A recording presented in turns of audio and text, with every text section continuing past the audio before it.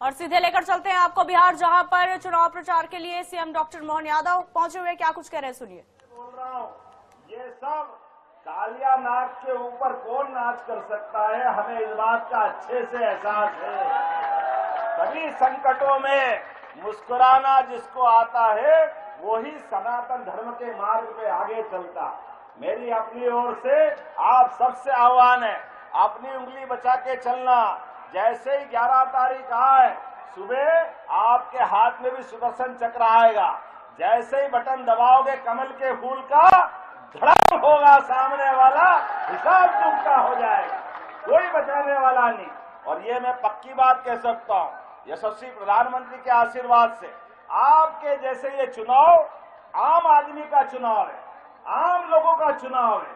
किसी के भी परिवार से लोकतंत्र में किसको खड़ा करो तो कोई जरूरी थोड़ी आपके घर में कोई विधायक हो, कोई सांसद हो, कोई मंत्री हो।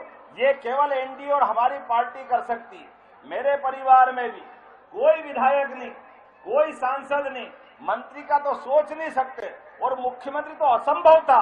केवल एनडीए और माननीय मोदी जी, अमित शाह और हमारी अपनी पार्टी और नीतीश कुमार जी की पार्टी कि हमारे जैसे केवल आपके वंशज को ये मौका मिलता है और आज हम मुख्यमंत्री बनकर इतने बड़े राज्य का काम संभालते हैं।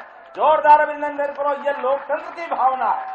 हमारी योजनाओं के बलबूते पर ये माता बहनें हैं। हमने हमारे राज्य में भी माता बहनों की बेहतरी के लिए बड़े पैमाने पर ये लाडली बहना योजना चालू की थी।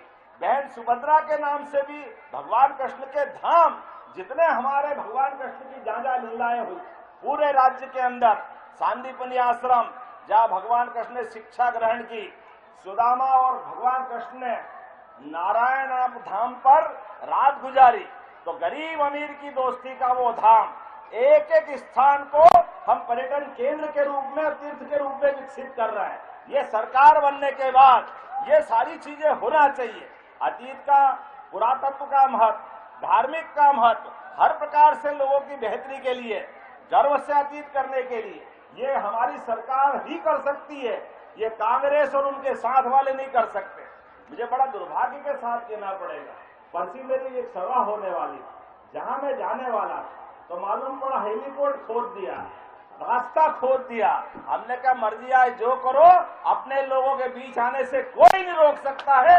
ये हम सदैव अपने लिए, अपनी पार्टी के प्रचार के लिए, अगर हम लोग नहीं आएंगे तो कौन आएगा।